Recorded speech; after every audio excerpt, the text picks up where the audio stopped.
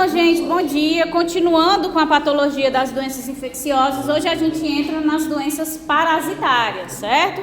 Especificamente aquelas doenças parasitárias causadas por protozoários e por vermes. Na parte de vermes, eu minto, vocês verão à tarde com a Priscila, ok? Então, a gente vai ver quais são os mecanismos patológicos das doenças parasitárias, né? Obviamente, eles estão incluídos naqueles mecanismos gerais que a gente viu na aula passada. Vamos detalhar os aspectos estruturais e morfológicos dos protozoários e depois vamos partir para as características das doenças causadas por protozoários. Destaco aqui para vocês que tem a hematologia, que eu dei no semestre passado, mas não tinha condições de dar nessa aula de hoje não, senão ia ficar impossível de dar. Eu tirei essa parte dos dados, né, de hemograma para cada tipo de doença infecciosa, tá? Então tem todos esses aspectos que nós vamos ver hoje. E vai, tipo assim, a hematologia vai entrar nesses conteúdos também? Não, era mais por curiosidade mesmo dos meninos, não faz parte do conteúdo não. Mas parasita, tipo assim, para ver não tem nenhuma coisa, exatamente, é porque a gente tem em mente que verme vai ter o pico de eosinófilo. Não, tem muitas aqui que a gente vai ver que vai ter pico de linfócito, vai ter pico de neutrófilo, então tem variações muito grandes que não tem como a gente definir não. Exatamente, não tem como a gente detalhar todos não. Então, o parasitismo é uma relação unilateral, direta e estreita entre dois organismos, o hospedeiro e o parasito. O segundo, ele vai viver às custas do primeiro. Na maioria das vezes, o hospedeiro é indispensável ao parasito, que separado dele morrerá. Por que a gente coloca na maioria das vezes? Tem lugares que colocam a definição de parasitismo, que o parasito fora do hospedeiro, ele vai morrer. Mas uma virose, porque o vírus não é um organismo vivo do lado de fora do hospedeiro. Mas uma bactéria, um fungo, são todos parasitas. Quando ele chega lá no organismo, ele fica parasitando aquele organismo. Mas ele não consegue permanecer vivo em matéria orgânica inanimada, em tudo isso. Então ele não depende exclusivamente do hospedeiro para sobreviver. Mas na maioria das vezes, esse parasita precisa do hospedeiro para manter sua sobrevivência, tá? A organização do parasito se especializa às condições do hospedeiro na maioria das vezes, por isso que a gente vê, esse tipo de parasitose vai afetar o fígado, esse vai afetar o sangue e o coração, porque cada um tem o seu foco, que é o tropismo que a gente viu na aula passada, né? Eles têm ligantes que vão interagir com receptores de células específicas, então tudo isso é que gera a especificidade de determinadas doenças. Muitas vezes, para que o parasito complete todo o seu ciclo de vida, ele necessita de um hospedeiro intermediário para completar esse ciclo, ok?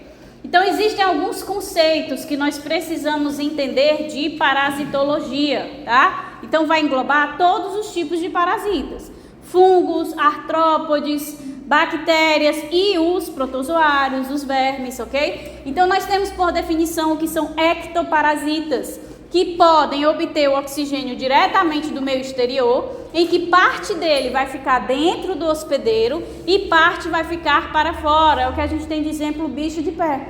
O bicho de pé é um parasita, é um artrópode, né, que invade o nosso epitélio e ele vai ficar com a sua partezinha, os espiraculares voltados para fora para obter o oxigênio e continuar assim o seu metabolismo. Ele quer mais um abrigo dentro do pé, né, outras partes do corpo que possam ter contato com ele.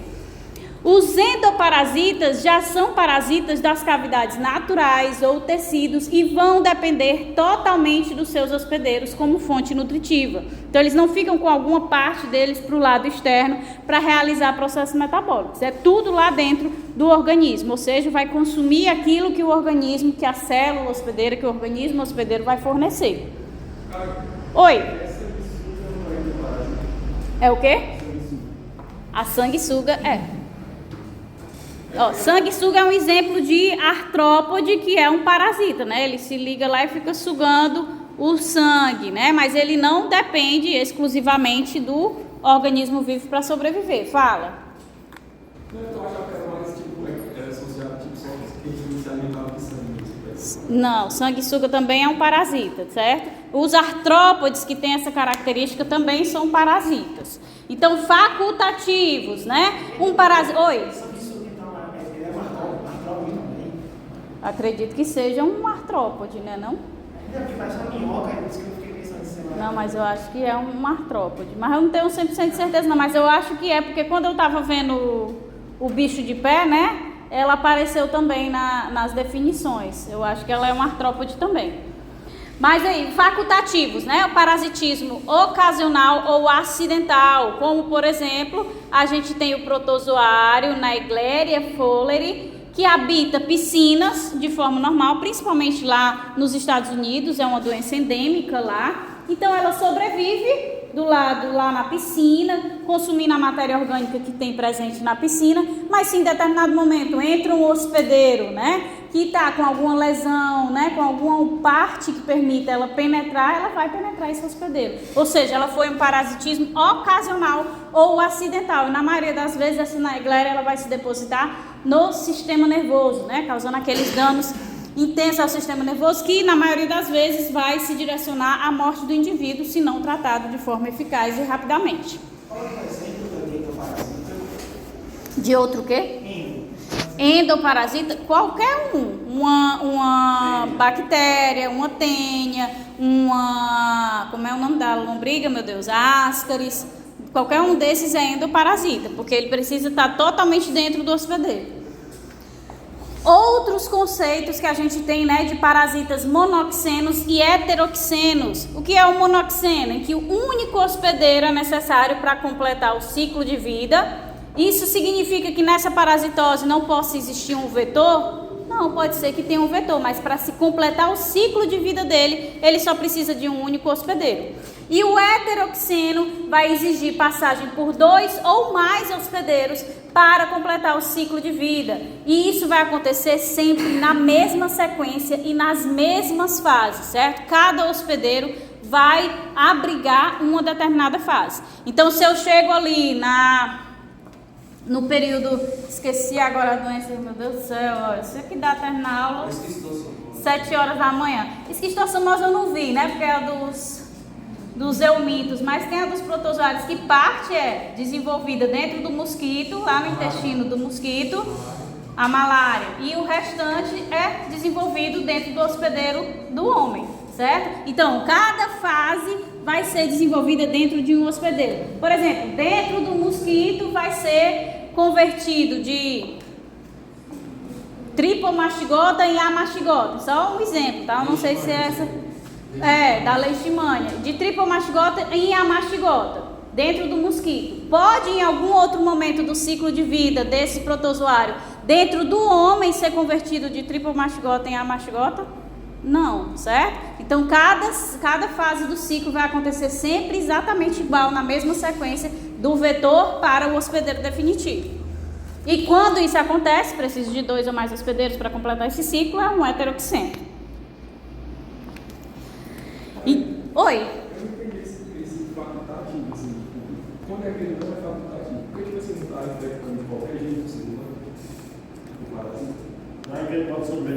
Ele pode sobreviver sem infectar. Por exemplo, o protozoário Naegleria, que eu dei o exemplo, ele vive na piscina consumindo matéria orgânica normal, né?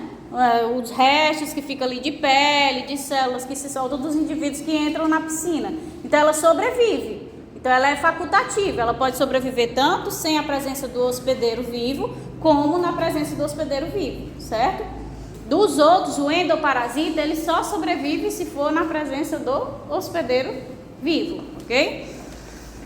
Então, para que esses parasitas eles conseguissem efetuar, né, seus mecanismos de ação e desencadear as doenças, isso foi acontecendo ao longo do processo de evolução, né? Então, um organismo menor, ele acabou se sentindo beneficiado, quer pela proteção, quer pela obtenção de alimento, quando ele desempenhou uma ação dessa de parasitismo. Então, ele viu, opa, aqui eu estou me dando bem. Então, vamos fazer o processo evolutivo, né? Foi sendo selecionado aqueles organismos que passavam pelo processo que realizavam o processo de parasitismo, porque isso era mais benéfico para a espécie. Então, essa associação deve ter sido ao acaso, né? Um se associou a um hospedeiro por acaso, mas com o decorrer de milhares de anos, houve uma evolução para o melhor relacionamento com o hospedeiro.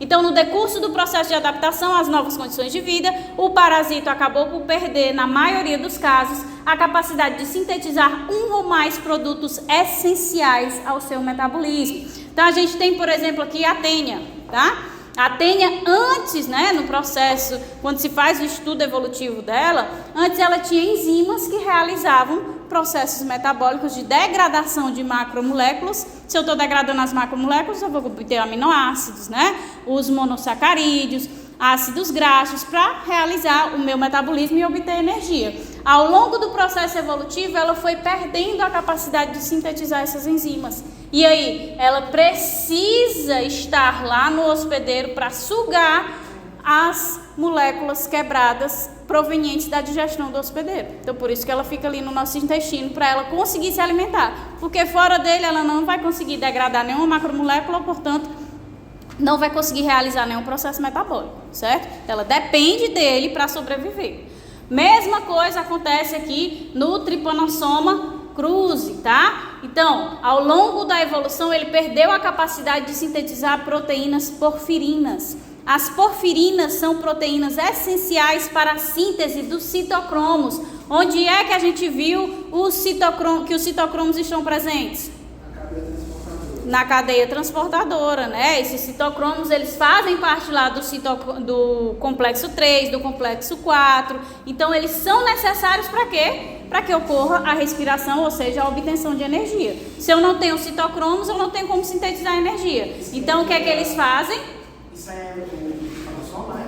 Eu acho que é o Trypanosoma cruzi. Então, ele vai invadir aqui as células sanguíneas, tá? E ele pode se direcionar às várias partes, os vários tecidos do corpo, certo? Que a gente vai já ver. Mas ele fica também na corrente sanguínea, por quê? Porque os eritrócitos, eles são ricos nas porfirinas. Então, ele obtém o substrato para poder sintetizar o citocromo, para poder realizar o processo metabólico, ok? Então, no sangue, eles vão encontrar essas proteínas. Então, eles precisam, para sua proliferação, invadir o sangue para conseguir essa fonte energética. Essa dependência dos parasitos do hospedeiro é ainda maior quando as condições exigidas pelo parasito só se encontram em um ou poucos hospedeiros, tá? Então, essa característica do sangue é característica unicamente do homem. Então, ele vai aí infectar somente o homem, porque no sangue do homem é que tem a presença das proteínas porfirinas. E assim sucessivamente. Quanto mais específico for o substrato, mais específico será o hospedeiro, tá? Então, por isso que a gente tem algumas parasitoses que podem acontecer em animais e em seres humanos, porque algumas características são mais dinâmicas, né? Então, pode existir tanto nos animais como nos seres humanos. Enquanto tem outras que são específicas dos seres humanos, porque é nele que é encontrado o substrato específico. E, professora, aí aqui, essas pessoas, elas são anelídeos. Anelídeos são os vermes, né? Então, aqui, ó, a gente tem também alguns mecanismos desse processo de evolução que ajudaram no parasitismo. Então, por exemplo, os nematóides, como também os ancilostomídeos, desenvolveram alguns órgãos de fixação, como cápsula bucal, dentes ou lâminas cortantes, tá? Com os quais eles conseguem fazer o quê? Aderir à mucosa intestinal e perfurar para sugar o sangue, né? Então, essas estruturas anatômicas, eles foram sofrendo modificações ao longo do processo evolutivo para selecionar essas estruturas, dentes ou lâminas que conseguem fazer com que ele perfure e ele também faça a sucção. Os trematódeos possuem órgãos de penetração nas fases larvais e de fixação na fase adulta, como ventosas, assim como os cestoides. Cestoides são as tênias, tá? Então, eles também vão ter ventosas justamente para ajudar nessa sugada, né? Para ajudar a sugar os nutrientes que eles precisam. Então, essas são estruturas de fixação que contribuem para o processo do parasitismo, e nós também temos algumas estruturas chamadas de hipertrofia, algumas características, né? Chamada de hipertrofia reprodutiva. Então, além disso, né, das estruturas de fixação, de penetração, o modo de vida parasitário, ele possui hipertrofia da capacidade reprodutiva. Então, por exemplo, as fêmeas do Ascaris lumbricoides produzem cerca de 200 mil ovos por dia, o que assegura maior probabilidade de transmissão dos parasitos de um hospedeiro a outro, né? Então é uma quantidade cavalar que ele libera ali para ver se pelo menos um consegue infectar outro, porque o objetivo de toda espécie é o quê? Sobrevivência, é se perpetuar. Então ele quer que a espécie dele continue se perpetuando. A mesma coisa a tênia, ó. A tênia tem essas ventosas aqui para aderir à mucosa intestinal, certo? E ela também gera inúmeros, né, ovinhos aqui que vão sendo liberados um a um nas fezes em grandíssima quantidade. Por isso que ela é tão grande, né? Tem vezes que as pessoas tiram tênias de metros de dentro da pessoa. Então são esses ovos para ajudar também nessa perpetuação, nessa proliferação, portanto, na sobrevivência da espécie. Eu tenho dificuldade de entender. Essa primeira parte aí. Sim, essa aqui da fixação. Pronto, a gente está falando do processo evolutivo de algumas características que foram acontecendo nos parasitas para favorecer o processo do parasitismo. Uma dessas características que surgiram foram o desenvolvimento de estruturas de fixação ou de penetração. Então tem dentes, né, que são como agulhas, tem estruturas laminares, tem estruturas que são como ventosas, que servem para aderir a essa mucosa intestinal e para também sugar nutrientes, sugar o sangue do indivíduo. Outras estruturas, né, conseguem perfurar a mucosa, e aí é quando começa o processo de invasão para chegar na corrente sanguínea e chegar em outras regiões, em outros sistemas. Então são essas estruturas de fixação e penetração que ao longo do processo evolutivo foram sendo selecionadas nesses parasitas para que eles consigam realizar o parasitismo, ok? E professora, é normal que, por exemplo, normal não, mas tipo, pode acontecer de certa forma comumente de uma tênia, por exemplo, cair na corrente sanguínea? Uma tênia, eu não vi não. É porque tênia. eu vi um episódio de House, que foi o primeiro, que ele encontrou uma tênia no cérebro da pessoa. Aí tem tipo, É o cisto seco. Não é a tênia, é o cisto seco que ele encontra. É o cisticerco, né? Porque a tênia, porque a tênia, ela não é pequenininha, microscópica não, ela é grande. Então se ela saísse nadando até lá, ela ia destruindo o corpo todinho. Aí tem aquelas situações, professora, que da mesma forma que o cisticerco é encontrado no cérebro, é encontrado em outras partes do corpo. É. Quando eu li, que é aquela situação que eu estava explicando, daquela paciente que era uma idosa, foi fazer um exame e descobriu que todo o corpo dela estava infestado por esse cisticerco. Aí não tinha mais como, é assim, tomar uma medicação só para paliar, porque no estado da idade que ela estava, Meu Deus. o estado também que estava, né, a situação dela não tinha mais o que fazer. Ele volta no menino, Eu não disse ontem, foi ontem não, semana passada, né? Que o Vitor disse que a tia dele, daqui, do Crato, estava com cisticercose, foi no médico com dor de cabeça, fez a ressonância e estava lá os cistos, porque ela tem uma criaçãozinha de porco. Não é tão difícil não encontrar os casos. Tem, por exemplo, tem a parte da doença das crianças, né? Quando a gente for ver a semana das crianças, que tem, por exemplo, da ascaris, né? Das lombrigas, que quando está numa situação muito extrema, você abre assim o ânus da criança, descem dezenas de lombrigas. As crianças elas podem sair pela boca. Sai pela boca, pelo nariz, porque a quantidade é tão grande que você consegue visualizar. Seguindo, né? Então, além de todas essas ferramentas, existem alguns fatores que são necessários para o sucesso do parasitismo. E esses fatores é que vão permitir a instalação do parasita no hospedeiro. Então, dentre esses fatores, a gente pode destacar que exista um contato adequado com o hospedeiro, né? Que a maioria dos parasitas, principalmente esses que a gente está falando, de protozoários, né? De eumintos, eles precisam ser ingeridos para que eles desencadeiem a doença, tá? Então, só pegar esse tipo de coisa não vai acarretar na doença. Ele precisa passar pelo trato digestivo para causar a doença. Então, por exemplo, diferenças anatômicas. Uma pessoa que tem muitos calos nos pés, né? Ela vai ter uma dificuldade maior de desenvolver a ascaridíase, porque não tem como as larvas penetrarem no pé, porque ela tem o pé mais encaliçado. Tá? Aquela pessoa que já faz aquela limpezinha direta e deixa só a pelinha, já vai ser bem facinho passar, né? Então, essas diferenças anatômicas também podem contribuir, né, para evitar esse contato adequado. Os hábitos de higiene, né, vão impedir ou mesmo dificultar o contato, já que a maioria é via orofecal, né, a contaminação. Então, o hábito de higiene vai evitar que isso aconteça. Além disso, além do contato adequado com o hospedeiro, ele precisa ter também um habitat adequado, né? Então ele vai muitas vezes precisar penetrar células do organismo para chegar ao seu local-alvo principal. Então a maioria chega ali no intestino. E aí o que é que eles fazem? Através das estruturas de fixação e de penetração, eles perfuram o intestino e chegam ou na corrente sanguínea ou vão célula a célula pelo espaço intersticial ali para chegar aonde eles querem. Seja um alvo fígado, seja um alvo coração, certo? Então eles procuram um hábitat adequado para chegar até lá.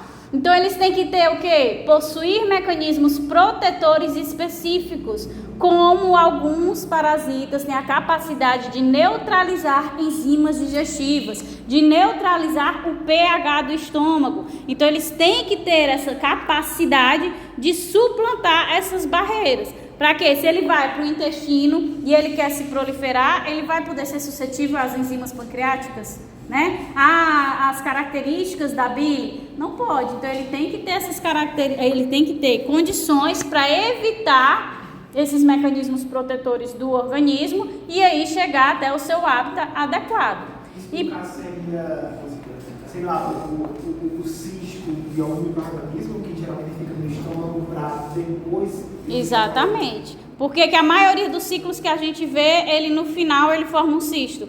Porque vai ser o cisto que vai conseguir sobreviver do lado de fora. Se for o verme direto, não vai conseguir sobreviver. Então ele precisa da forma encistada para sobreviver tanto no meio ambiente e assim ajudar na sua perpetuação, da mesma forma que ele precisa, quando ele for ingerido, resistir às condições do trato gastrointestinal, certo? Tem algum tipo de ativação que os sucos digestivos fazem com os óvulos, alguma coisa nesse sentido?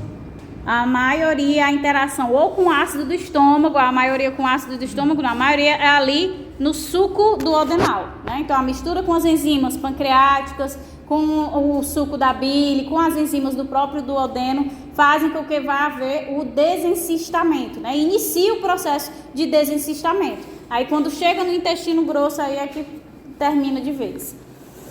E por fim, também é necessário uma reação do hospedeiro que não seja o quê? Tão intensa, né?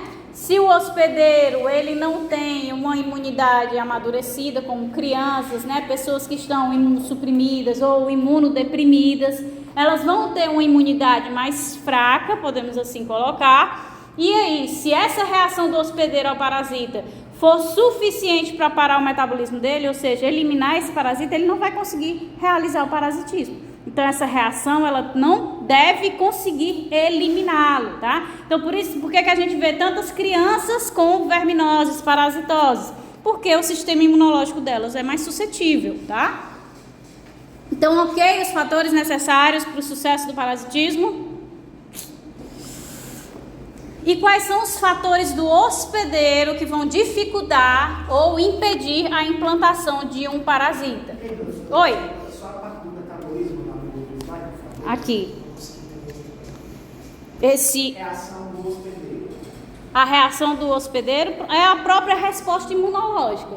Para um parasita ele conseguir se instalar, ele precisa que a reação imunológica do organismo ela não seja tão eficaz.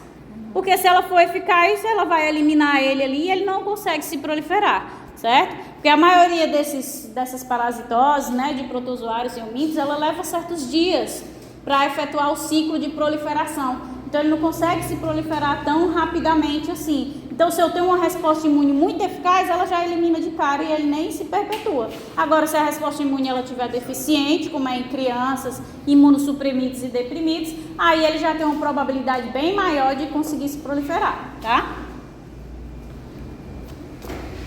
Então, dentro desses fatores do hospedeiro que dificultam ou impedem a implantação de um parasita, a gente tem, obviamente, o próprio suco digestivo, né? Então, esse suco digestivo, ele pode destruir os ovos ou as larvas dos eumídeos, certo? Então, pH do estômago, né, as enzimas que estão ali no estômago, se conseguir passar as enzimas do suco pancreático, a própria composição lipídica da bile, as enzimas do duodeno, elas podem conseguir eliminar esses parasitas. Lá já no jejum, no ilho, a gente também tem algumas moléculas de defesa que existem lá. Então essas moléculas de defesa, elas podem atuar em cima desses parasitas, evitando a sua perpetuação, a sua proliferação. Então, por isso que eles precisam de todos aqueles mecanismos para conseguir suplantar essas barreiras que aparecem no sistema gastrointestinal, que é a principal forma de entrada das parasitoses.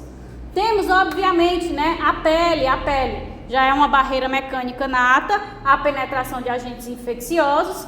Então, a integridade da pele dificulta o processo de parasitismo. A partir do momento que eu tenho uma lesão, né, que eu abro um espaço ali na pele, eu facilito o processo de infecção por esses parasitas. Outra barreira, né, a própria resposta do sistema imune, ou seja, a fagocitose. Então, os parasitas, se eles conseguirem entrar no nosso organismo, eles podem sim ser fagocitados pelas células de defesa. Mesmo sendo vermes grandes, as nossas células fagocitárias vão lá se ligando aos epítopos e vão degradando ele aos poucos. Então, eles podem ser destruídos se esse sistema imune ele estiver em plena eficácia, em pleno funcionamento, né? Não estiver lá suprimido, como a gente mencionou anteriormente.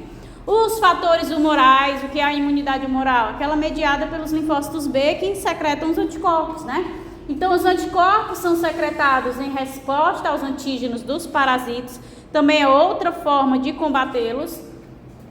A dieta, o indivíduo que está, né, em má nutrição, que está desnutrido, isso vai dificultar também em suprir esse parasita com a matéria orgânica. Então, mas eu vejo tanto as crianças desnutridas com verminoses, com parasitoses. Pode acontecer, mas às vezes a desnutrição ela é tão intensa que não tem matéria orgânica nem para manter o organismo da criança vivo, quanto mais do parasita. E aí ele não consegue sobreviver, porque não há disponibilidade de matéria orgânica de fonte energética, tá? A resistência etária é... Oi? A nutrição, ela pode não beneficiar o parasita. Exatamente. A resistência etária, ela vai aí, a gente sabe que com o aumento da idade, a nossa resistência ela vai aumentando, né? Então, por isso que a gente vê que quando a pessoa vai ficando mais velha, é difícil a gente encontrar um adulto que tem uma parasitose, né? É mais frequente que nas crianças, por quê? Porque as crianças têm um sistema imune ainda imaturo. Então, quando a gente está com o nosso sistema imune funcionando plenamente, a gente consegue combater esses parasitas e eles não se perpetuam. Isso vai acontecer principalmente naqueles que têm uma deficiência da resposta imune. Por isso que a gente bota resistência etária, porque são aqueles mais novinhos, ou os mais idosos, que também começam a ter uma queda do funcionamento da imunidade, ok?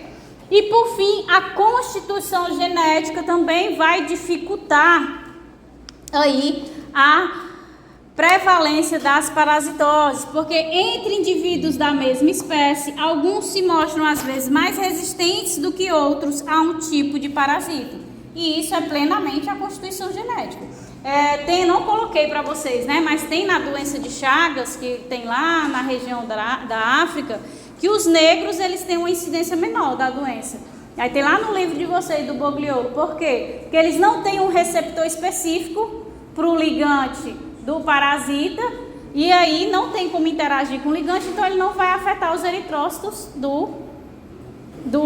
da população negra, né? Então, o que é que acontece? A diferença genética que existe entre as populações que evita que haja interação, que a gente vai ver que a maioria das doenças é a interação receptor-ligante.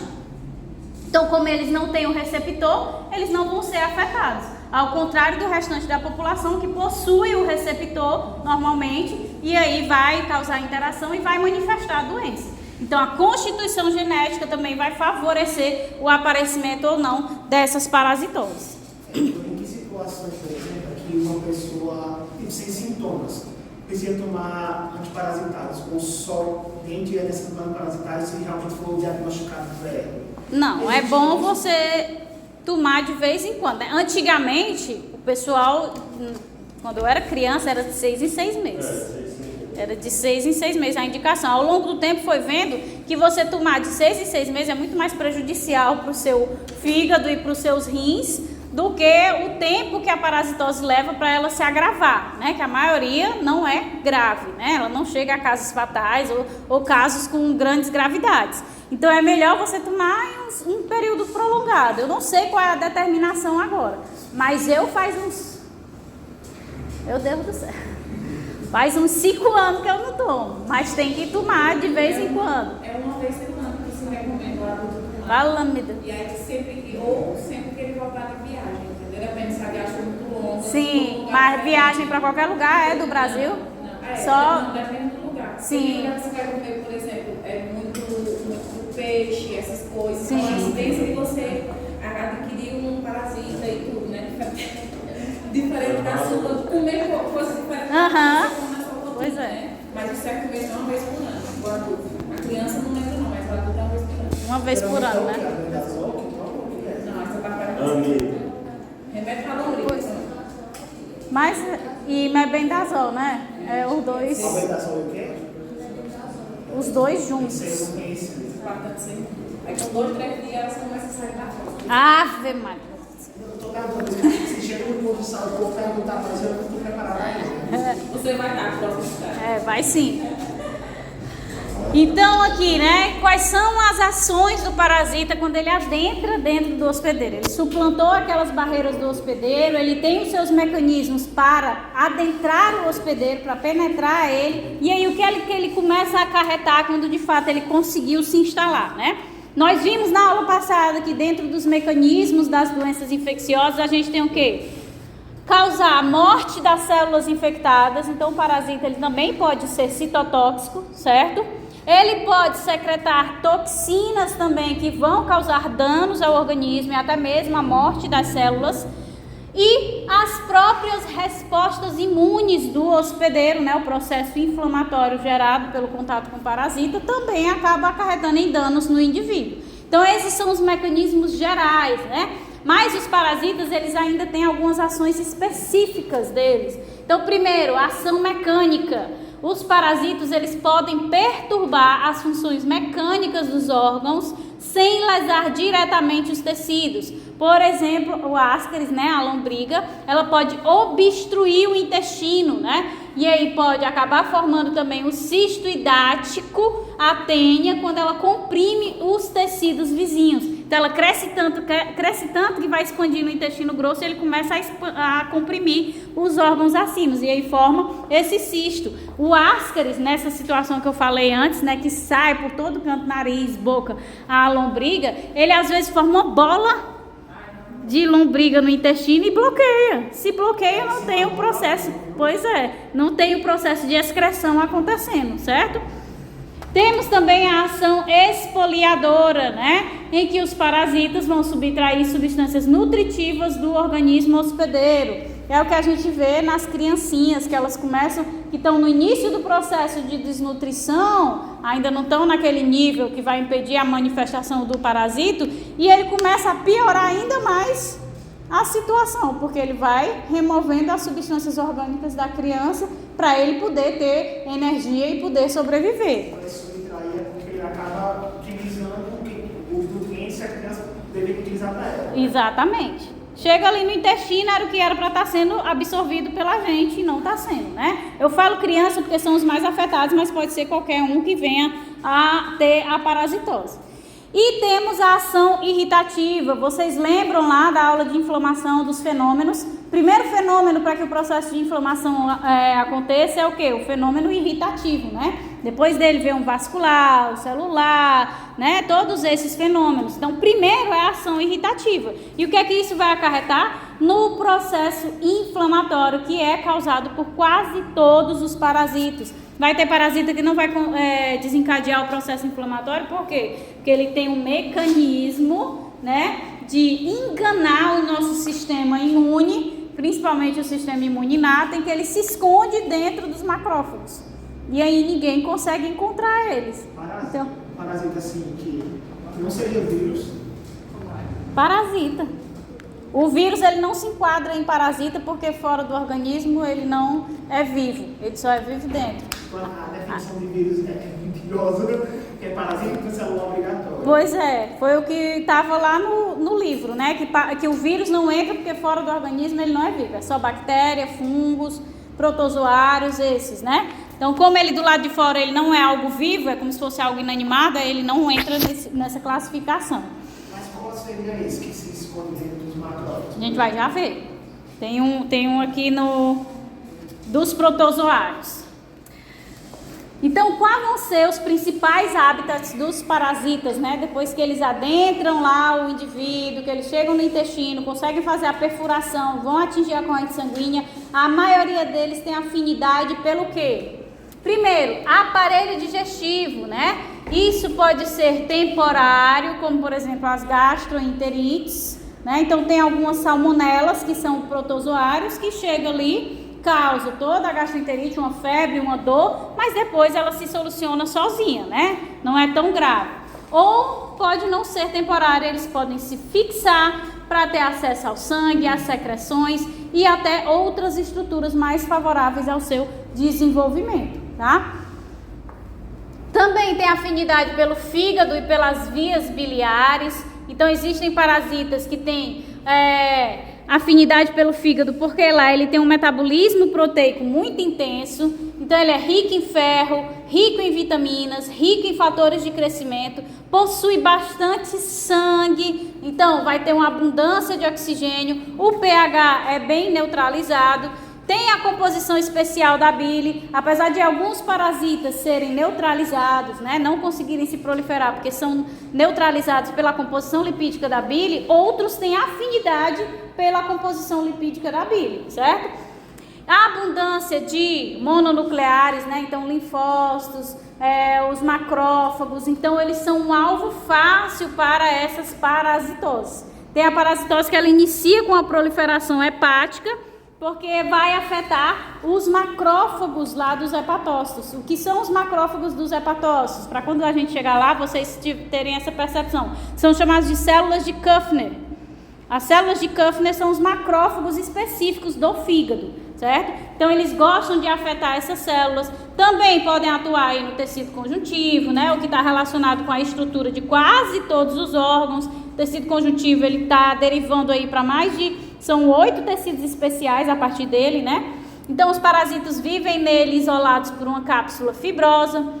Também tem como alvo o sangue, porque o sangue ele vai transportar a matéria orgânica, vai transportar produtos metabólicos, gases, tanto oxigênio como gás carbônico, hormônios, possui uma parte figurada e o plasma. Então, os parasitas eles podem viver nadando no plasma ou mesmo instalados no interior das células sanguíneas, como tem um parasita que ele adentra os eritrócitos para conseguir se proliferar, e aí ele consegue viver ali dentro, circulando na corrente sanguínea até o momento que ele decide, eu quero parar aqui nesse tecido, não quero infectar esse tecido e começar os meus danos, ok? E por fim, também podem infectar, ter como habitat a linfa, né? A permeabilidade dos capilares linfáticos é bem maior que a dos sanguíneos, então é mais fácil para eles adentrarem no sistema linfático, ok? Então, quais são os 2 mecanismos de infecção dos parasitas básicos, né? Primeiro, a penetração passiva, em que eles penetram passivamente, né? Aqueles que são ingeridos com alimentos ou águas contaminadas, ou os que são inoculados por insetos hematófagos. Então, não são eles que vão lá tentar entrar, é passivo, o inseto sugou o sangue, fez cocô, e aí ele conseguiu adentrar pela ferida. Ou está na saliva do inseto e aí conseguiu entrar pela ferida. Ou alimentos, né? A água contaminada. E o mecanismo de penetração ativa, ele pode ter lugar pela pele ou pelas conjuntivas. Então, alguns parasitas, depois de chegarem passivamente, sofrem a ação dos fatores locais, onde dá-se o desencistamento ou a eclosão dos cistos ou dos ovos, né? Dependendo da forma de cada um. E aí, depois disso, depois que eles penetraram passivamente, chegaram no seu habitat inicial ideal, eles iniciam as atividades líticas ou mecânicas. Então, tem parasitas que secretam enzimas que vão degradar ali a parede intestinal. Outros têm o quê? As estruturas de penetração e de fixação, que são os dentes, as lâminas, que rasgam mesmo para que eles consigam entrar. Então, eles transpõem o epitélio, ou a mucosa, ou a submucosa, para completarem sua evolução e chegar no seu habitat definitivo. Então, os mecanismos de penetração consistem na excreção de enzimas proteolíticas, ou hialuronidases, ou a adesão do parasito a receptores da membrana celular, o próprio processo de endocitose, ou mediante as ações mecânicas, ok? Então, em certos casos, o parasitismo ele pode resultar a curto ou longo prazo no desenvolvimento de condições desfavoráveis para um ou para ambos os organismos. Então, não vai afetar as populações porque atinge apenas uma parte delas. Ah, professor, o parasita, se não for tratado e nada disso, ele pode, no final, acarretar na morte do hospedeiro, né?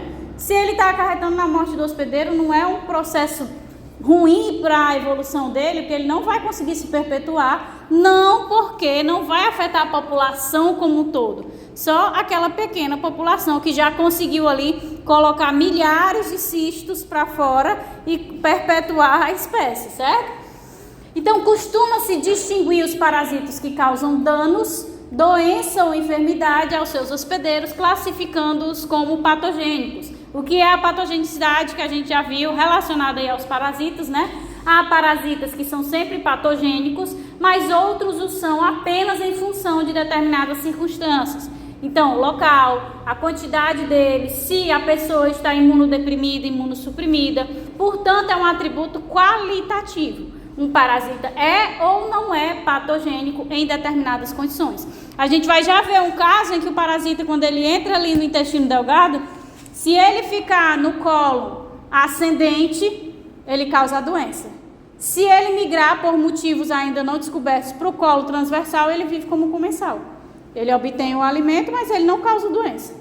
Aí quem é que consegue explicar, né? São as condições fisiológicas que vão determinar se ele vai causar ou não a patogenia.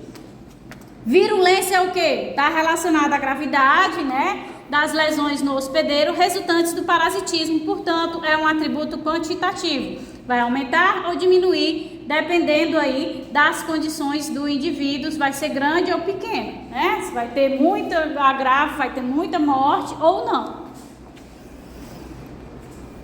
E a base de todo o processo patogênico encontra-se em alterações das estruturas celulares e subcelulares, direto ou indiretamente ocasionadas pelo parasitismo. Então, diretamente é como? A doença ela vai resultar de modificações em organelas ou em macromoléculas. Então, as enzimas ou a própria ação do parasita vai causar a fragmentação de moléculas importantes, vai alterar a sua conformação especial, vai causar inibição de enzimas, vai ter uma ação detergente sobre membranas, então ele vai ter uma ação direta citopática, ele vai causar diretamente a morte dessa célula porque ele desequilibrou a homeostase intracelular, certo? E a ação indireta, a doença resulta do desequilíbrio fisiológico das células e tecidos, né? Então tem um prejuízo no fornecimento de oxigênio, como aquelas que causam a anemia elevada. Então a pessoa começa a ter, com a anemia, os danos indiretos causados pela parasitose,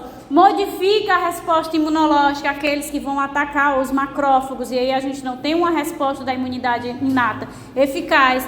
Alterar os mecanismos de produção e inativação de radicais livres. Alguns parasitas conseguem ter esse mecanismo de evasão, de chegar dentro do macrófago. Ai, professora, você não está dizendo que ele foi fagocitado pelo macrófago? Foi. Aí quando chega lá dentro, o que é que ele faz? A gente viu também isso lá com as bactérias, né? Chega lá dentro, ele consegue evitar que o macrófago ative as suas vias de degradação de patógenos, de antígenos. Então não vai se fundir com o lisossomo, não vai ter enzima degradando esse parasita, ele fica ali dentro de boa, só se proliferando, tá? Então os mecanismos de lesão dos agentes infecciosos podem, né, de forma geral, podem abordar tanto a ação direta dos parasitas, como a secreção de toxinas pelos parasitas, que vai ter aquele efeito, na maioria das vezes, citotóxico, né? Então, a penetração, a multiplicação, a secreção de toxinas nas células do hospedeiro vai causar a destruição das mesmas, é o efeito citopático. Então, tanto tripanossomos, leishmanias, plasmódios, todos vão ter essa característica de efeito citopático, ou seja, de iniciar o processo de dano no indivíduo. Seja porque ele penetra as células ali no intestino e aí, obviamente, vai causar o rompimento delas. Seja porque no processo de proliferação, por exemplo, dentro dos eritrócitos, ele vai, quando ele se prolifera muito por fissão binária, ele acaba rompendo a célula daquele organismo, aquele eritrócito, e aí citotoxicidade, e mesmo alguns deles conseguem secretar certas toxinas que vão atuar sobre as células, causando danos que culminam na morte celular, tá? Segundo, a resposta imune, né? Então, o mecanismo de proteção, como mecanismo de proteção, né? Alguns parasitas desenvolveram antígenos alvos para anticorpos ou linfócitos que têm o quê? Epítopos semelhantes a antígenos próprios. Então, o que é que acontece? Em vez do sistema imune correr e atuar sobre todos os parasitas, começa a atacar as células do próprio hospedeiro. Por quê? Porque os antígenos do parasita e os antígenos do hospedeiro são homólogos, né? São muito similares. Então, causa aí a autoimunidade, né? Então, às vezes, eles também desempenham esse mecanismo de autoimunidade no indivíduo-alvo. E, por fim, a resposta inflamatória, né? Principal causa de lesão nas doenças infecciosas e parasitárias.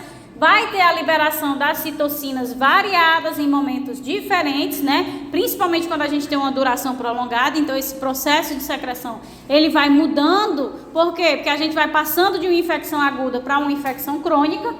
E existem, né, dois tipos de inflamação, que é a inflamação aguda e a inflamação crônica, tá? Logo no início da infecção, a gente tem a inflamação crônica que a gente viu, e depois a gente tem a inflamação aguda, e depois, quando se prolonga, a gente tem a inflamação crônica. Eu trouxe algumas características aqui de inflamação aguda e crônica, porque alguns pequenos detalhes passaram batido, que eu até disse para vocês estudarem lá no livro, mas eles passaram batido na nossa aula de inflamação. E como é um dos mecanismos de lesão dos parasitas, achei melhor a gente adentrar nele, certo?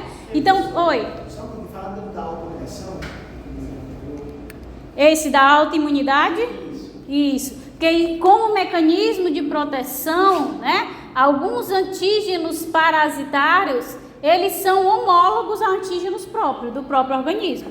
Então, só vai desencadear a resposta àquele antígeno se a pessoa tiver um linfócito autoreativo, né? E aí desencadeia, inclusive, por conta de uma parasitose, uma doença autoimune. Mas se não, se a pessoa não tiver um linfócito autoreativo, ele ligou ali naquele antígeno do parasita, opa, isso aqui é próprio, não vou atuar sobre isso aqui, sai. Opa, isso aqui é próprio, mas na verdade é só um antígeno homólogo ao que a gente possui, certo? Então é um mecanismo de proteção do parasita, ele não vai ser destruído porque as células fagocitárias acham que aquilo ali é do organismo, entendeu?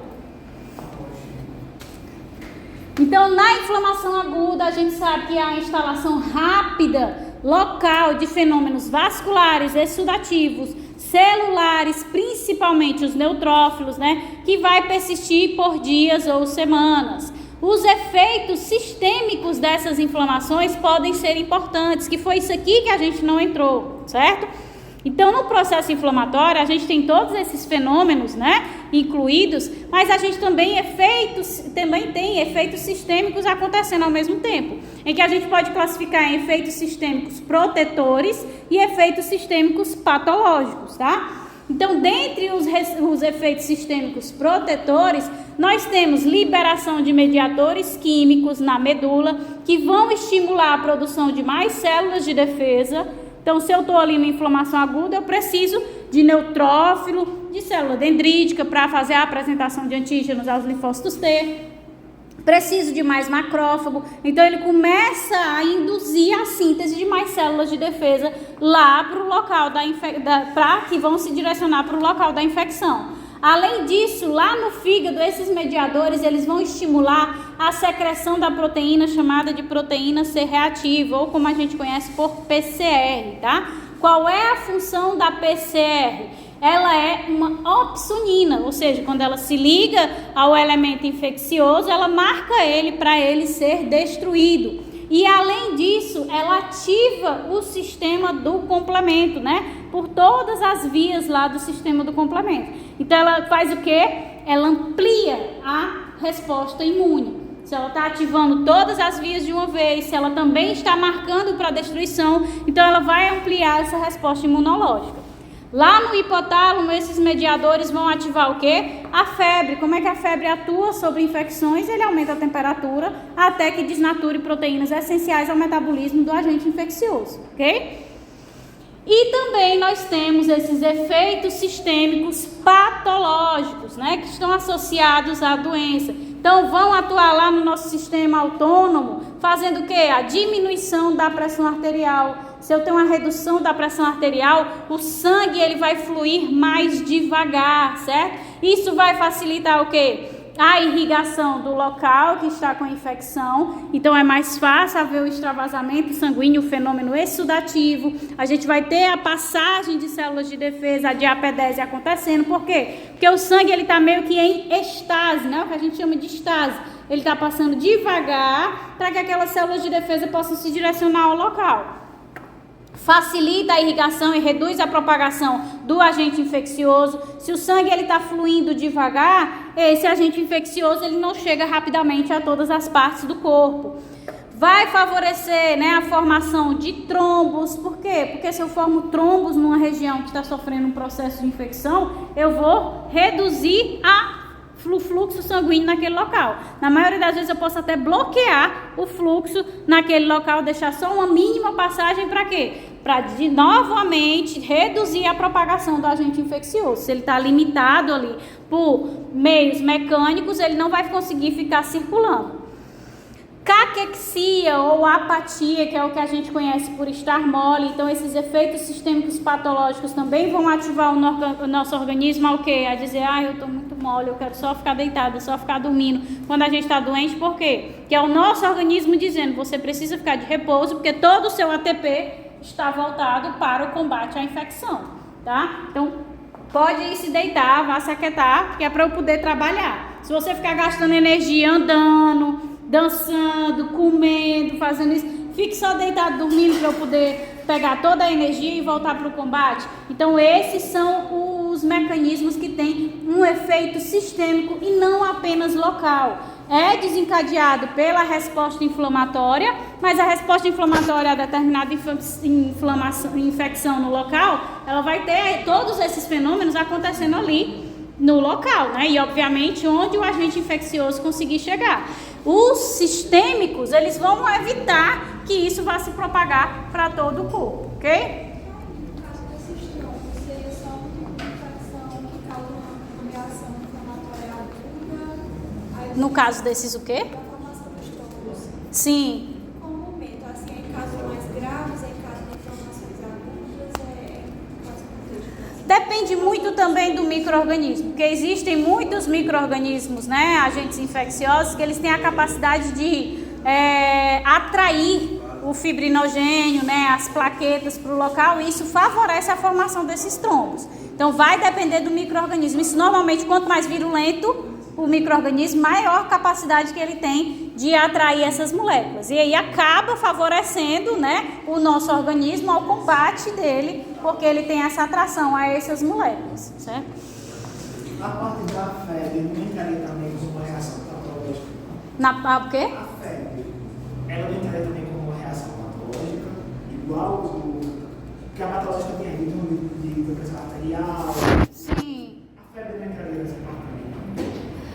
Por classificação, ela é efeito sistêmico protetor, que tem o intuito de proteger o organismo, mas ela está associada, obviamente, ela inicia quando a gente tem a infecção, o início da patologia, da doença, né? Ela inicia com a patologia, mas por classificação ela é efeito sistêmico protetor e não patológico. Então, na gravidade, há lesões da parede dos vasos, né? A gente pode ter hemorragia em processos inflamatórios muito intensos, ou a gente pode até mesmo criar um abscesso, que vai ser aquele exudato de neutrófilos mortos e o material necrótico das células formando pus. Então, tudo isso é derivado dessa inflamação aguda. E da inflamação crônica, se essa inflamação aguda ela não se resolver dentro de prazos curtos, né? essas alterações vasculares e exudativas se misturam com fenômenos de reparação, ou seja, a fibrose. Lembrem-se que quando a gente viu inflamação de forma geral, né, aguda e crônica, eu mencionei para vocês que a partir do momento que a gente tem inflamação crônica, a gente tem uma diferenciação maior lá nos macrófagos do perfil M2, mas isso não significa que o processo inflamatório comum, né, de edema, vermelhidão, tenha parado de acontecer, certo? A gente só tem uma abundância, a gente continua tendo diferenciação de macrófagos no perfil M1, mas a gente tem uma abundância maior agora do perfil M2 que gera a regeneração, a fibrose, tá? Então a gente tem as alterações vasculares e exudativas ocorrendo ao mesmo tempo que os fenômenos de reparação. Então, é característica, né, do exudato de uma inflamação crônica, uma abundância maior de linfócitos e macrófagos vão predominar sobre os polimorfonucleares. Além disso, a gente tem a abundância também de fibroblastos, que são eles que estão relacionados à fibrose. E temos também necrose frequente, né, devido à formação do tecido de granulação e à fibrose do mesmo.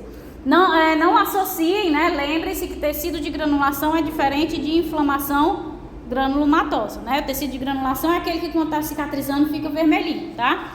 Então, em níveis crônicos, o que é que vai acontecer com aqueles efeitos sistêmicos, né? A gente vai ter uma secreção ainda maior da proteína PCR. Por quê? Porque ela vai se ligar aos patógenos, ou às células que estão lesionadas, ou às células que estão em apoptose. Como é que ela reconhece uma célula apoptótica?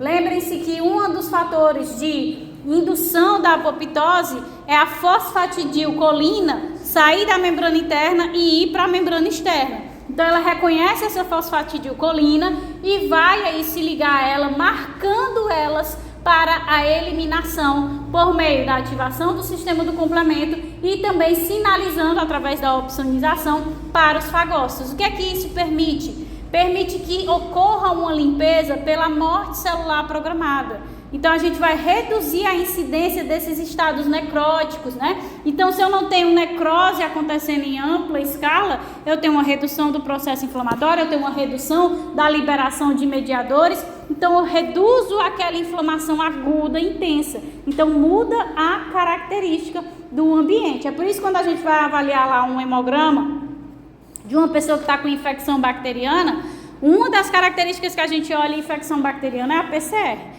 Se ela estiver lá em cima, lá no topo, o médico já diz, não, passar antibiótico, que é bactéria, né? Obviamente, vai ver se os neutrófilos estão lá em cima e tudo mais, mas a PCR é um dos principais indicadores de infecção bacteriana, certo? Vai também acontecer na inflamação crônica a formação de granulomas, né? Que vão ser essas coleções de macrófagos que vão formar os gigantócitos. A gente não pode associar a inflamação granulomatosa apenas lá com a tuberculose, certo? Com a formação dos linfócitos T em volta dos bacilos e os macrófagos fazendo a cirandinha em volta. A gente também tem inflamação granulomatosa acontecendo para outros processos, ok? Então, pode ou não acompanhar necrose, infiltração de linfócitos, plasmócitos, eosinófilos, neutrófilos, mastrófilos, certo? Então, quando os agentes eles são destruídos, esses granulomas eles vão regredir, ficando fibrosos, ou eles podem ser reabsorvidos. Então, algumas das características gerais dessas inflamações, tá? Então, agora, pessoal, a gente vai entrar na estrutura dos protozoários, tá? As verminoses, elas podem ser causadas tanto pelos... as verminoses não, as parasitoses podem ser causadas tanto pelos protozoários como pelos vermes, os eumintos, tá? Então, como eu vou mostrar para vocês dos protozoários, eu vou mostrar a estrutura e a morfologia geral das principais classes de protozoários, ok? Deixa eu ver aqui se já entra... Não já entra nas doenças, mas vai dar certo. Então, os protozoários pertencem ao reino protista, ou atualmente chamado de protoctista, tá? Que é constituído por aproximadamente 60 mil espécies conhecidas, das quais 10 mil são parasitas e somente umas dezenas infectam ao homem, tá? No reino protoctista encontram-se os protozoários que podem causar diversas doenças. Então aqui vocês veem as 4 principais classes de protoctistas. Nós temos aqui a classe sarcodina, que é a que pertence às amebas, certo? Esses que têm essa estrutura ameboide com pseudópodes. Sarcodina. Essa segunda classe aqui é a classe mastigófora, que inclui os flagelados, ok? Essa terceira classe é a classe ciliófora, que inclui os ciliados. E essa quarta classe aqui são os esporozoas, ok? Então eu vou dar a estrutura de cada um deles para vocês de modo geral. Professor, nós vamos dar um exemplo de cada um. A terceira é a quarta. Aqui é ciliófora. Isso. Cílio, aí P-H-O-R-A. Ciliófora. A mesma coisa é esse aqui. Mastigo, aí P-H-O-R-A. O F com PH. O mastigófora são os flagelados. E o outro? Esse aqui? Esporozoa. S-P-O-R-O-A-Z-O-A. Esporozoa. R-O-Z-O-A. Então aqui, ó, gente. Então a gente tem aqui, por exemplo, né? Dentro da superclasse dos sarcodinas, os organismos ameboides, tá? Então, os ameboides, eles vão ter, obviamente, membrana plasmática. Os protozoários têm como características ter estrutura celular de uma célula eucariótica, portanto, o núcleo ele é organizado, envolto por envoltório nuclear, certo? Além disso, eles têm, em sua maioria, como característica, ter um vacúolo contrátil que está relacionado à osmorregulação desses organismos, porque, como são seres unicelulares, então, eles estão muito suscetíveis às condições de tonia do ambiente. Então, se ele chega num ambiente hipertônico, ele vai tender aí a perder água e aí acaba morrendo. Ou se ele chega num ambiente hipotônico, ele vai tender a ganhar água e pode acabar se rompendo e morrendo também. Então, quem faz esse controle de entrada e saída de água para manter a homeostase, a osmorregulação desses organismos, é esse vacúolo contrátil, certo? Além disso, eles também vão possuir vacúolos alimentares, que são, né, as estruturas que eles captam com os pseudópodes, e aí eles realizam o processo de endocitose e formam esses vacúolos alimentares de onde eles obtêm os seus nutrientes. Então, vocês percebem que os sarcodinas, eles são mais simples, morfologicamente, estruturalmente falando, ok? Eles vão ter o núcleo, vão ter o vacúolo contrátil, vão ter o vacúolo alimentar e a sua composição aqui plasmática. Por que eu falo plasmática? Porque eles conseguem formar esses pseudópodes através de uma alteração, de uma modificação entre a partezinha branca que vocês estão vendo aqui, ó, que é chamada de ectoplasma, que ela é mais densa, mais dura, por quê? Porque o meio externo está numa temperatura menor, certo? Então ela acaba se solidificando, então ela é mais sol, e a parte interna mais acinzentada é o que a gente chama de endoplasma, que já vai ser mais fluida, tá? Então ela fica em estado de gel, porque a temperatura interna do organismo, ela é maior. Então, é através dessas alterações entre ectoplasma e endoplasma que ele consegue fazer esses prolongamentos para se mover até determinado alimento e também para fazer o processo de endocitose. Ele faz o prolongamento para engolfar ali o alimento, certo? No caso, o ectoplasma fica mais na parte externa, né? Ectoplasma é o externo, esse branquinho aqui, e o endoplasma é esse cinza. É um cinza esverdeado, sei lá, mas essa cor aqui de... Eu pensei que é o núcleo, né? Não, essa parte é um cinza esverdeado, né? Isso aqui, é. Aí a segunda... Aí a segunda superclasse são os mastigóforas, que também são chamados de flagelados, tá? Então são organismos que vão ter um ou vários flagelos, tá? Eles não necessariamente têm apenas um flagelo. E eles têm, obviamente, também a membrana plasmática, vão ter o vacúolo contrátil para fazer essa osmorregulação, vai possuir os vacúolos alimentares, que também são formados através do processo de endocitose, e eles vão ter aqui o núcleo organizado com organelas, ó, tem aqui o complexo de Golgi, tem um retículo associado ao núcleo, envolta pelo envoltório nuclear. E eles têm como características aqui também esses grânulos de paramilo, que são como se fossem os grânulos de amido das plantas, ou seja, uma reserva energética desses organismos, tá? Além disso, por cima da membrana plasmática desses mastigóforos, a gente vai ter uma estrutura chamada de película, tá? Que é uma estrutura espiralada de tubulina que confere também maior proteção a esses organismos. Então, essa estrutura aqui, ocelo, ela reconhece, por exemplo, tem um alimento ali, então eu preciso me movimentar em direção àquele alimento. Então, esse ocelo reconhece a direção em que o alimento está e ele induz o quê? A contração em espiral do flagelo para que esse protozoário vá se dirigir ao local onde está o alimento, certo?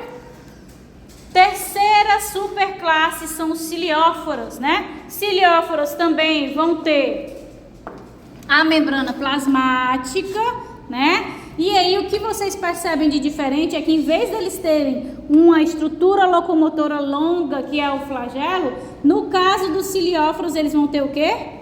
Cílios, né? São pequenos prolongamentos da membrana que também estão relacionados à movimentação desse organismo. Só que como é que isso acontece? Enquanto o flagelo ele movimenta o protozoário numa contração em espiral, os cílios eles têm uma sinalização que fazem com que todos contraiam como chicote ao mesmo tempo. E isso faz com que o protozoário consiga se movimentar. Além disso, além de influenciar a movimentação do protozoário, ele também ajuda a mover o quê? O que está no meio extracelular. E isso acaba favorecendo a chegada de alimentos. E aí o que é que a gente vê como nova característica também? No caso dos cilióforos, eles vão ter o que a gente chama de vestíbulo oral, que é onde esse alimento ele adentra. Depois que ele entra no vestíbulo oral, ele vai entrar aqui no citóstomo, que é como se fosse o intestino que induz a endocitose para a formação do vacúolo alimentar. Então, de padrão, a gente tem sempre vacúolo contrátil, vacúolo alimentar e o núcleo, certo? E algumas variações para cada subclasse. Então, depois que entra no citóstomo, a gente vai ter uma endocitose para formar o vacúolo alimentar. Da mesma forma, temos os vacúolos contráteis, né, para manter a osmorregulação da célula. E outra diferença, em vez de ele possuir apenas um núcleo, ele vai ter um macronúcleo e um micronúcleo, certo? Ele tem dois, um macro bem grande e outro pequeno, micro. Como exemplo aqui, né, que eu esqueci de mencionar para vocês, a gente pode ter da amebíase. A amebíase é causada por uma ameba, que faz parte da superclasse dos sarcodinos. Aqui dos flagelados a gente tem vários. Leishmania, Trypanosoma, a gente tem o da giardia, também faz parte da superclasse dos mastigóforos.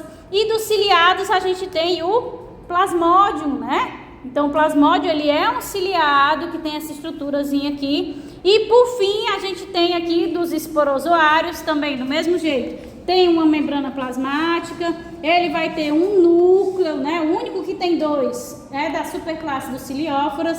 Ele vai ter um núcleo, vai ter as suas organelazinhas, tá? E ele não tem nenhuma estrutura locomotora específica, tá? Ele não vai usar pseudópodes, ele não vai usar o flagelo, ele não vai utilizar os cílios, certo? O que é que acontece? Ele tem várias proteínas das que compõem os microtúbulos, as tubulinas, distribuídas ao longo aqui da sua estrutura, da sua composição. Então, do nada, ele começa é como se ele estivesse se tremendo, né? Com a contração das tubulinas acontecendo dentro dele. E assim ele consegue se movimentar. Mas é uma movimentação muito menos intensa e extensa do que esses que possuem essas estruturas. Ok? Tranquilo, gente? Do esporozoa, é porque eu esqueci agora.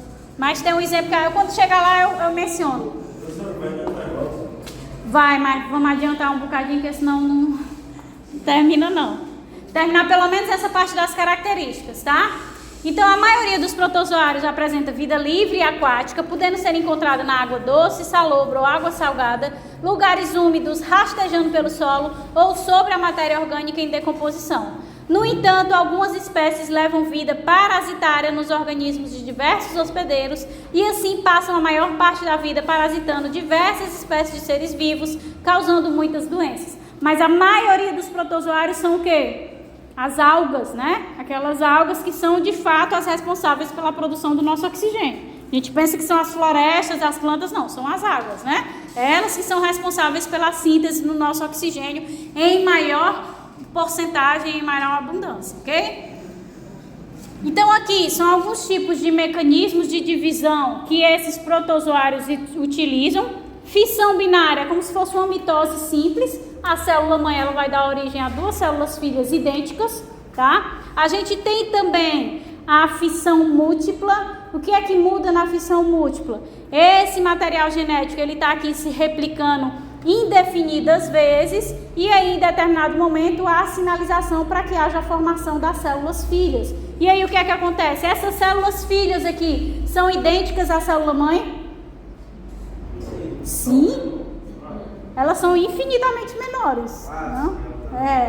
Elas não têm o mesmo tamanho, certo? Elas são infinitamente menores. Então elas não são idênticas. Então por isso é a fissão múltipla, tá? Aqui a gente tem um tipo de brotamento multinucleado, em que a gente tem que a célula ela tem vários núcleos, né? Ela é multinucleada e aí ela sofre uma divisão celular para dar origem a duas células filhas que também são multinucleadas. Então vamos supor aqui que ela tenha 20 núcleos nessa estrutura. Ela sofreu uma divisão e essa aqui veio com 12 e essa aqui ficou com 8. Tá? Ambas continuam sendo multinucleadas, mas a gente teve uma separação aleatória dessa quantidade de núcleos. Que divisão é essa? Essa aqui é um brotamento multinucleado. E esse último método de reprodução, todos estes, certo? Métodos de reprodução assexuado, então a gente não tem variabilidade genética, tá? Então, o último deles que a gente tem é o brotamento normal, em que a gente não tem a ruptura da célula-mãe. A célula-mãe começa a ter aqui um brotamento, né? É como se fosse, vocês lembram da esponja? A esponja, ela não faz um brotamento e dá origem a um organismo todinho, né? É a mesma coisa desse aqui. Começa a brotar aqui, eles começam a crescer, eles brotam, caem e dão origem a um organismo inteirinho, novinho, e a mãe ela vai permanecer aqui, a célula mãe, certo? Ela não vai estourar e morrer. Eles brotam dela, caem e dão origem a um novo organismo, certo? Fissão múltipla. E aqui é o único tipo de reprodução sexuada que a gente tem desses organismos, em que temos como exemplo aqui justamente, né, os ciliados, especificamente o paramécio. E qual é a característica que a gente acabou de ver dos cilióforas? Eles são os únicos protozoários que têm como característica ter dois núcleos, né? Um macronúcleo, um bem grande, e um micronúcleo. Então vem aqui dois paramécios, né? Eles se unem. E pela região oral, tem lá o citóstomo, alguém estava me chamando, não. Então, o que é que vai acontecer? Depois que eles se unem, os macronúcleos vão se desintegrar, ó, tá aqui o macronúcleo, eles vão se desfazer e os micronúcleos vão se dividir duas vezes, né, processo de meiose. Então, ele se dividiu em dois e depois, o que é que uma célula acarreta na meiose? 4 células filhas, né? Então, primeiro ele gera 2 para depois gerar 4 células filhas. 3 desses 4 micronúcleos, né, vão se desintegrar e vai ficar apenas um. Esse micronúcleo restante, ele vai se dividir desigualmente, produzindo um núcleo gamético estacionário, que é o maior, e um núcleo gamético migrante, que é esse menor. Então, desintegrou 3, sobrou só 1. Esse 1 se dividiu em 2, de forma desproporcional. Um ficou maior e o outro ficou pequenininho. Esse maior, ele é estacionário, ou seja, ele vai permanecer aonde ele está. E esse menorzinho é o que a gente chama de migrante. Se ele é migrante, a gente já pode deduzir, né, que a troca genética vai vir a partir dele. Então, esses núcleos gaméticos migrantes são trocados entre os dois gamontes. Então, esses micronúcleos se fundem em cada gamote e os gamotes finalmente podem... Já houve a troca genética? O pequenininho já passou para cada lado? Depois que passa para cada lado, eles se fundem, certo? A partir do momento que se fundiu, já houve a troca genética, eles vão se separar. E aí, cada um deles vai ter que... Esse micronúcleo vai se dividir 3 vezes, tá? 4 dos resultantes vão multiplicar seu DNA formando macronúcleos e os outros 4 vão permanecer como micronúcleos, certo? Vão ocorrer 2 divisões celulares que resultam em 4 indivíduos com um macronúcleo e um micronúcleo. Todo cilióforo tem que ter o quê? Um macronúcleo e um micronúcleo. Aqui ele já tem 4 macronúcleos e 4 micronúcleos. Então, um deles consegue dar origem a 4. Então, o que aconteceu? O macronúcleo se desintegrou, ficou só o micro. Micro passou pela primeira etapa, meiose 1, deu origem a 2 células. Depois ele passou pela meiose 2, deu origem a 4 células.